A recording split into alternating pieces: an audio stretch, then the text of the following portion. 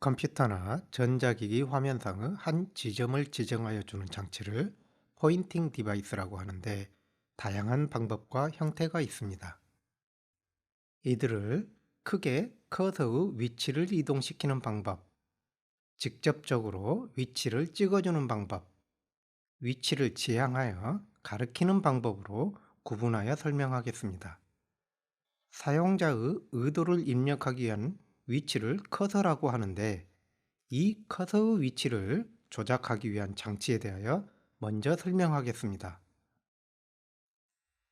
35년 전에는 컴퓨터 모니터가 80자 문자만 한 줄에 표현할 수 있었으며 커맨드 라인이라고 하는 현재 입력 줄에서만이 좌우 화살표 키를 이용하여 커서를 이동할 수 있었습니다.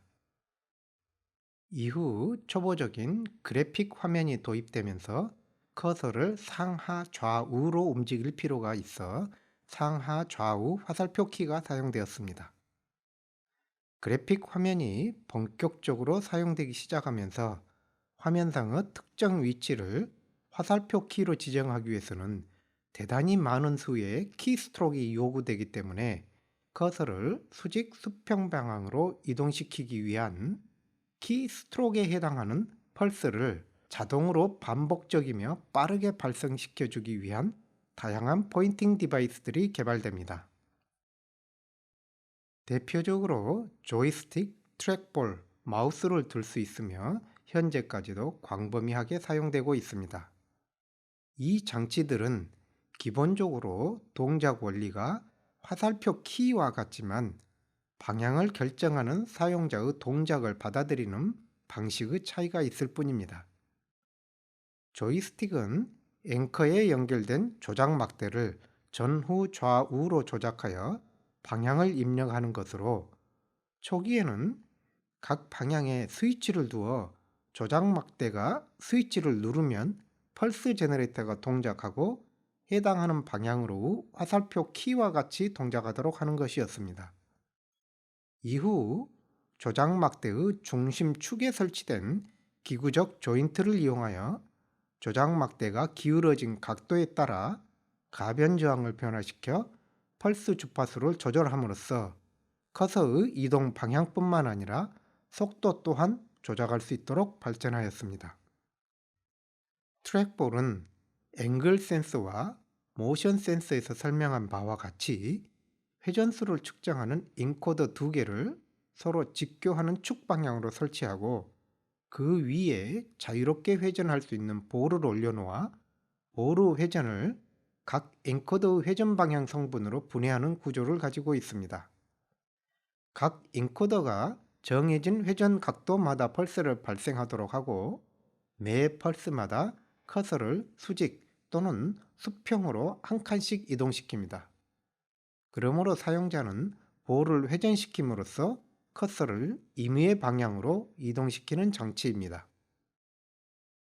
볼 마우스는 트랙볼을 뒤집어 볼이 바닥면과 접촉하게 하여 마우스를 움직임에 따라 볼이 회전하는 것으로 초기 마우스에 사용되어졌던 방법입니다. 오늘날의 마우스는 광원과 이미지 센서를 이용하는 광학식 마우스로 다음과 같이 광원이 바닥면에 조명을 가하고 이미지 센서가 이 영역의 바닥면 이미지를 찍는 구조입니다. 이미지 센서를 통하여 얻어진 영상의 전 프레임 영상과 현재 프레임 영상의 2D 컨볼루션을 취하여 영상이 어느 방향으로 어느 정도 시프트 되었는지 구할 수 있으며 이는 마우스가 움직인 방향과 거리를 의미합니다. 마우스가 움직인 거리에 상응하여 커서를 이동시키는 원리로 동작하며 트랙볼과 마우스는 기본적으로 동일한 원리이며 고정된 장치 위에 손이 움직이는가 또는 손의 움직임에 따라 장치가 움직이는가 하는 차이만 있습니다. 마우스는 직관적으로 사용이 가능하고 비교적 정밀한 커서 제어가 가능하기 때문에 현재 가장 널리 사용되는 포인팅 디바이스입니다. 마우스가 매우 편리한 커서 제어 장치이지만 별도의 장치를 평평한 바닥에서 움직여야 하기 때문에 이동형 기기에 적합하지 않은 경우가 많습니다. 이동형 기기에 내재할 수 있는 임베디드 커서 컨트롤 장치로는 포인팅 스틱과 터치패드가 있으며 손가락의 미세한 움직임을 검출하는 센서라는 공통점이 있습니다. 포인팅 스틱은 사용자가 조이스틱과 같이 조작할 수 있으면서도 모바일 기기에 적합하도록 조이스틱의 저항을 압력 센서로 대체한 구조입니다. 다음과 같이 배치된 4개의 압력 센서 위에 손가락으로 조작을 가하는 고무 재질의 너브라고 부르는 조작 버튼이 올려져 있는 구조입니다. 손가락으로 너브 버튼을 특정 방향으로 밀면 해당 방향에 있는 압력 센서에서 압력을 감지합니다. 이때 4개의 센서 중 왼쪽 2개의 센서의 합과 오른쪽 2개 센서의 합을 구하여 그 차를 구하면 가하여진 힘의 수평 방향 성분을 구할 수 있습니다. 마찬가지로 위쪽 2개 센서의 합과 아래쪽 2개 센서의 합을 구하여 그 차를 구하면 수직 방향으로 힘 성분을 구하고 그에 따라 커서의 이동 방향과 속도를 결정합니다. 터치패드는 모바일 기기에 임베디드 할 수 있는 평면 구조 센서로 트랙볼과 같이 손가락의 움직임을 검출하는 센서입니다. 2차원 센싱을 위하여 캐패시티브 프록시머티 트랜스듀서 전극을 어레이로 배열하여 손가락이 터치된 전극의 좌표를 수직 수평 스캔 회로를 통하여 찾아냅니다. 각 전극은 커패시턴스를 가지고 있는데 손가락이 터치된 전극에서는 손가락이 그라운드로 작용하여 캐패시턴스가 높아지는 원리를 이용하는 것입니다. 이 터치 지점의 변화로부터 손가락 움직임의 방향을 구하고 트랙볼과 같은 방법으로 커서를 이동시킵니다. 터치패드는 수직 수평 스캐닝이라는 과정을 통하여 다수의 터치 지점을 독립적으로 검출할 수 있기 때문에 멀티터치에 기반한 확대, 회전 등 다양한 동작을 실현할 수 있어 오늘날 널리 사용되고 있습니다. 지금까지 설명한 포인팅 디바이스는 커서를 현재 위치에서 원하는 위치로 조금씩 움직여가는 것으로 화면상의 특정 위치를 지정함에 있어서 속도와 정확도에 한계가 있습니다.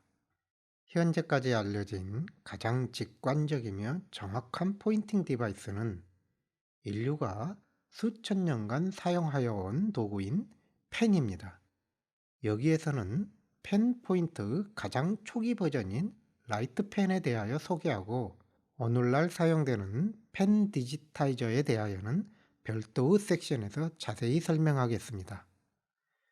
전자기기에서 위치를 지정하기 위한 라이트 펜은 1955년 개발되어 1960년대 이후 널리 사용되게 되었습니다.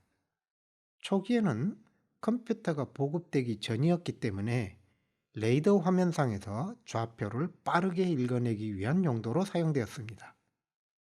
이 당시의 모니터는 CRT라는 방식으로 전자총에서 출발한 전자가 편향 코일에 가하여진 스캔 신호에 따라 방향을 바꿈으로써 전자가 디스플레이면에 닿는 위치를 순차적으로 스캐닝합니다.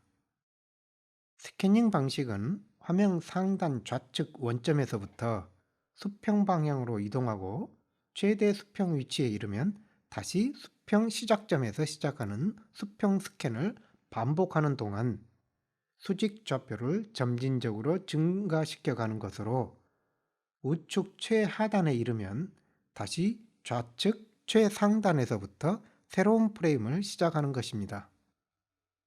이러한 스캐닝 동작은 다음과 같은 파형의 편향 코일 제어 신호를 필요로 하며 수직, 수평, 동기 신호에 의하여 리셋되는 톱니바 발생기가 사용됩니다. 그러므로 수직 동기 신호 발생 후 몇 번의 수평 동기 신호가 있었는가가 수직 좌표를, 수평 동기 신호 후 시간이 수평 좌표를 의미합니다. 한편 전자총으로부터 가속된 전자가 스캐닝 좌표에 있는 형광 물체를 익사이트하여 픽셀 값에 해당하는 전류에 따라 발광합니다.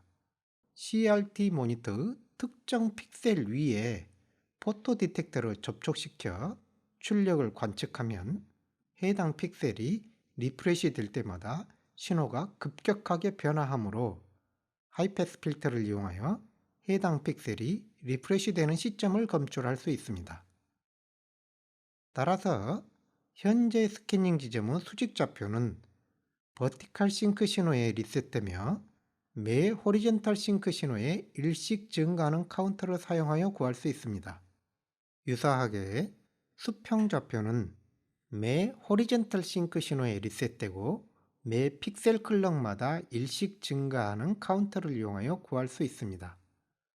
이러한 카운터 값을 포토 디텍터를 통하여 검출된 리프레시 시점에 저장함으로써 라이트펜이 지정한 좌표를 구할 수 있습니다. 이러한 기법은 CRT 모니터의 독특한 스캐닝 방식에 기반하고 있어 오늘날 사용되는 플랫 패널 디스플레이는 적용하기 어렵습니다. 화면상의 위치를 지정하는 세 번째 방법인 에이밍 방법에 대하여 설명하겠습니다. 에이밍이란 화면으로부터 떨어져 있는 위치에서 화면의 한 지점을 가리켜 위치를 지정하는 방법을 말하는데 화면, 카메라, 마커 이와 같은 3개의 요소로 구성되어 있습니다. 세 가지 요소 중 두 가지 요소가 상대적 위치가 고정되어 있어야 하며 하나의 요소만을 사용자가 조작하는 방식입니다.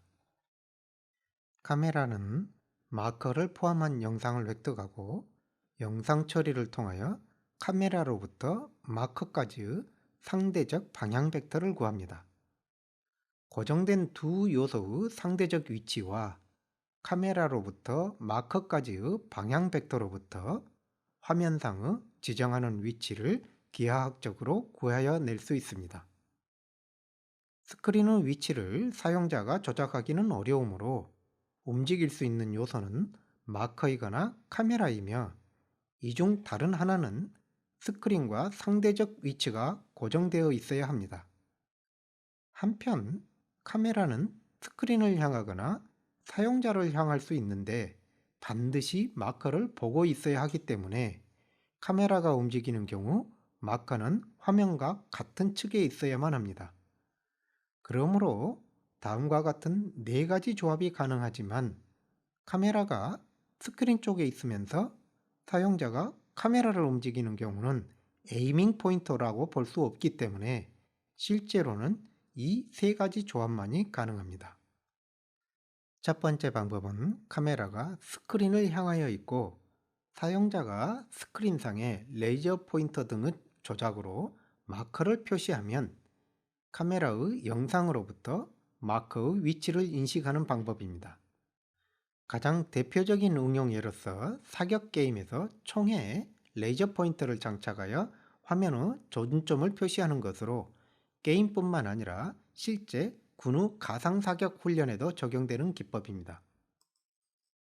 두 번째 방법은 화면의 가장자리 또는 위쪽에 마커가 고정되어 있으며 사용자는 카메라가 장착된 리모컨이 화면상의 목표 지점을 향하도록 조작하는 방식입니다. 리모컨에서는 카메라를 통하여 획득된 영상 내에서의 마커 위치를 구하여 전송합니다. 통상 마커는 주변 조명의 영향을 배제하고 영상 처리 계산을 단순화하기 위하여 적외선 LED를 사용하고 카메라에는 해당 파장대의 광학 필터를 사용합니다. 이러한 에이밍 디바이스는 콘솔형 게임기에 널리 사용되고 있습니다.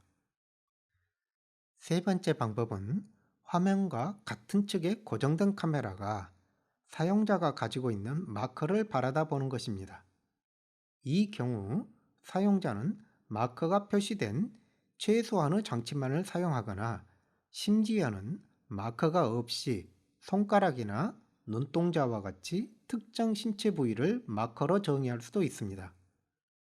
이러한 구성에서는 손동작과 같은 제스처로 커서를 이동시키거나 손가락으로 화면의 목표 지점을 가리킬 수 있습니다. 더 나아가 얼굴과 눈동자의 위치와 방향으로부터 사용자가 화면상에서 응시하는 점을 찾아낼 수 있는데, 이러한 에이밍 디바이스를 아이 트래커라고 하며 별도의 섹션에서 보다 자세히 다루도록 하겠습니다. 이와 같은 에이밍 포인터에서 간격을 알고 있는 3개 이상의 마커 포인터가 사용되는 경우 마커 점들 간의 상대적 위치와 거리에 기반하여 화면상의 지향점뿐만 아니라 화면으로부터 사용자가 조작하는 포인팅 장치까지의 각도와 거리, 더 나아가서는 포인터의 회전 각도까지도 구할 수 있습니다.